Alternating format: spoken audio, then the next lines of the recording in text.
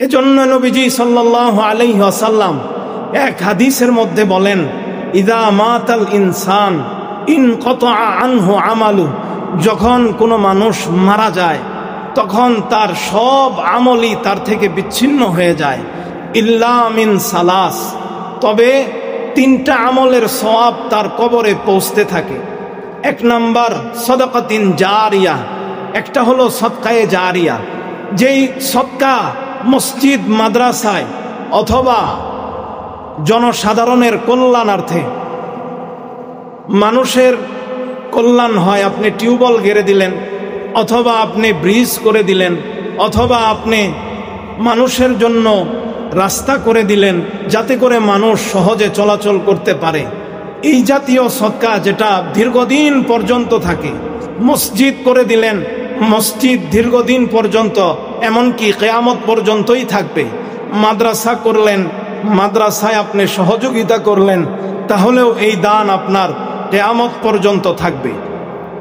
আপনি মসজিদে একটা ফ্যান দান করলেন, এই ফ্যান যতদিন পর্যন্ত চলবে আপনার আমলনামায় এর সওয়াব যেতে থাকবে। মসজিদ আপনি যখন করলেন, এই মসজিদে যতদিন নামাজ পড়বে ততদিন আপনার আমলনামায় সওয়াব যেতে থাকবে। আপনি মাদ্রাসা করলেন, মাদ্রাসায় দান করলেন, এই মাদ্রাসা ছাত্ররা যতদিন থাকবে, মাদ্রাসায় যতদিন তারা পড়ালেখা করবে ততদিন আপনাদের আমলনামায় সওয়াব যেতেই থাকবে, যেতেই থাকবে। এটাকে বলা হয় সদকায়ে জারিয়া। এটা যদি আপনি করেন, আপনার মৃত্যুর পরেও আপনার আমলনামায় সওয়াব পৌঁছতেই থাকবে, যেতেই থাকবে।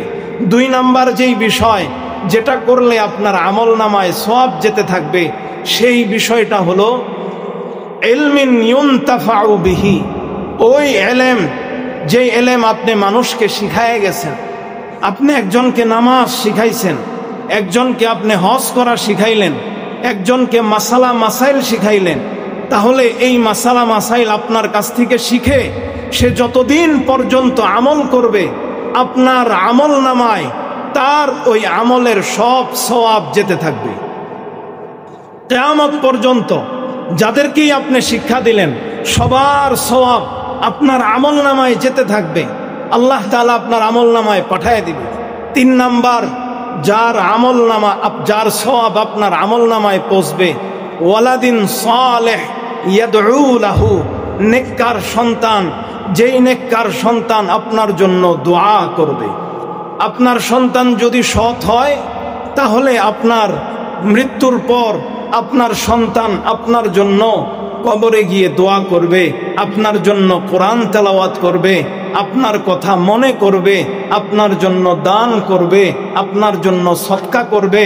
বাবা, এই সওয়াব আপনার আমলনামায় পৌঁছতেই থাকবে, পৌঁছতেই থাকবে। এজন্যে মাওলানা ইলিয়াস সাহেব রহমতুল্লাহ আলাই তিনি যে তাবলীগ জারি করে গেছেন, তা আমরা ফাজায়েলে আমাল পড়ে থাকি। এটা লেখছেন শেখ জাকারিয়া রহমতুল্লাহ আলাই। তো উনি ওইখানে একটা ঘটনা আনছেন ফাজায়েলে সাদাকাতের মধ্যে। একটা নারী অত্যন্ত নেককার ছিল, মৃত্যুবরণ করার পূর্বে আল্লাহর কাছে বলে, আল্লাহ, আমি তো গুনাহগার বান্দি, আমি তো গুনাহ করছি অনেক, আমার তো গুনার অভাব নাই গো আল্লাহ। আল্লাহ, তুমি যদি মাফ না করো আমার তো আর কোনো ছাড় নাই। আল্লাহ, তুমি আমাকে মৃত্যুর সময় অপদস্থ করিও না। আল্লাহ, তুমি আমাকে কবরে লাঞ্ছিত করিও না। আল্লাহ, তুমি আমাকে আযাব দিও না গো আল্লাহ। এভাবে ওই নারী আল্লাহর কাছে মৃত্যুর আগে কাকুতি মিনতি করে আল্লাহর কাছে মাফ চায়। আল্লাহ ওই নারীর মৃত্যু দান করেন, কবরে তাকে দাফন করা হয়। এরপরে তার সন্তান সৎ ছিল, এই সন্তান প্রতি শুক্রবার তার মায়ের কবরে গিয়ে দোয়া করত, কোরআন তেলাওয়াত করত, মার জন্য দোয়া করত, আল্লাহ তুমি আমার মাকে মাফ করে দাও, আল্লাহ কবরবাসীদেরকে তুমি মাফ করে দাও।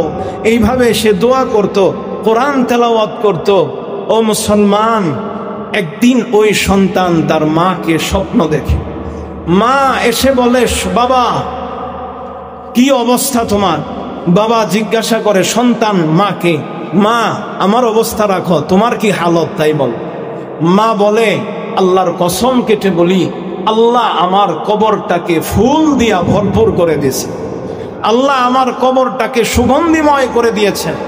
আল্লাহ আমার জন্য রেশমের খাটের ব্যবস্থা করে দিয়েছে, রেশমের বিছানা। কিয়ামত পর্যন্ত আমি এখানে শায়িত থাকব, আল্লাহ আমার জন্য এই ব্যবস্থা করে দিয়েছেন। মা, আমি কি তোমার জন্য কিছু করতে পারি?